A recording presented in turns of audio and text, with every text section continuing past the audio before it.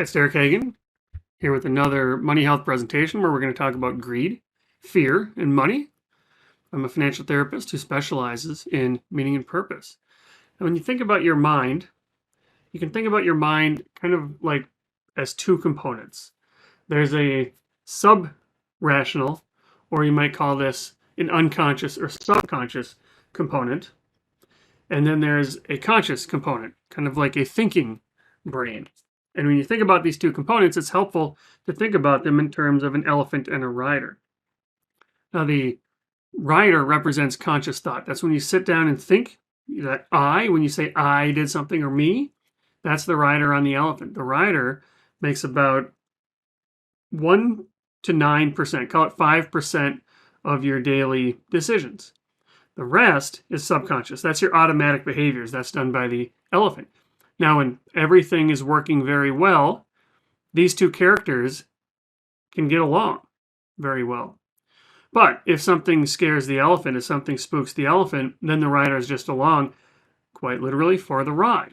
Because when the elephant gets scared, it kicks into survival mode. And survival, above all costs, is what the elephant is all about.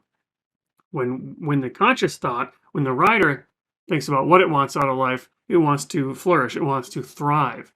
But the elephant is thinking about its need to survive. And that is an important distinction. The elephant makes most of our decisions.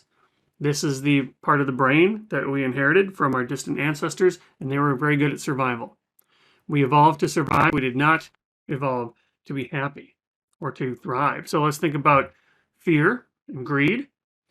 Now, it's common to think, and I'm guilty of this as well, it's common to think that fear and greed are two separate components of how we make emotional decisions. So you've got the thinking part of the brain, the rider, that's called a rational decision. For those who don't make a rational decision, we might call that an emotional decision when the elephant is calling the shots. And the perception is that the elephant is driven by these two circles, fear and greed, and there's no overlap. But if you look deeper into it, the reality is that greed is really nothing more than a subset of fear. Greed sits within fear. Okay, so back to that elephant and rider. Let's look at what's most important. Surviving is very important. Thriving is not really important, not according to your elephant. Anyways, so the elephant has control, and the elephant is the one that's calling the shots. And so it's the elephant that's to blame for people who we might call greedy. Now, what is greed? Think about how much is enough and put a little line in the sand there.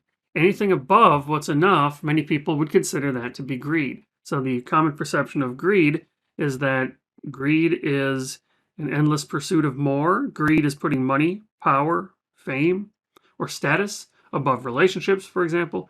Greed is going after more and more money when you don't need it. That's what a common perception of greed is. But what if we think about greed in terms of fear? For example, you may have heard of FOMO, which is fear of missing out. Fear of missing out is when I'm sitting outside of the in circle and everybody else is inside. I have this fear of not being able to participate. What am I missing out on? And that might be what's behind the greed. Think of it in terms of investing. It's easy to think that a non-rational investor is thinking either with fear, like I'm not taking enough risk because I'm afraid that if I take risk, I'll lose my money, or greed. I need to get in and make as much money as possible, and I might be too risky. I might be risking it all. But what if greed is just the fear of missing out because I'm sitting on the sidelines watching all my friends make a bunch of money in the stock market. I'm watching all my family members make a bunch of money in cryptocurrencies, and I'm not. I'm outside of this circle. So what might look like greed is instead the fear of missing out. In other words, greed is just a subset of fear. Now, the only way to get out of this game, this fear-greed game, is to focus on gratitude, which represents zooming out. So you might be sitting here on these steps looking at how much further you have to go, how much further there is to climb, how crappy your life is. But if you zoom out a bit, you might realize that it's not as bad as you think. If you could just take a bigger picture perspective of your life, you'd recognize that you're sitting there pretty well. Practice gratitude as a way to not take your life for granted. Practice gratitude as a shortcut to happiness. You get one life. Live intentionally.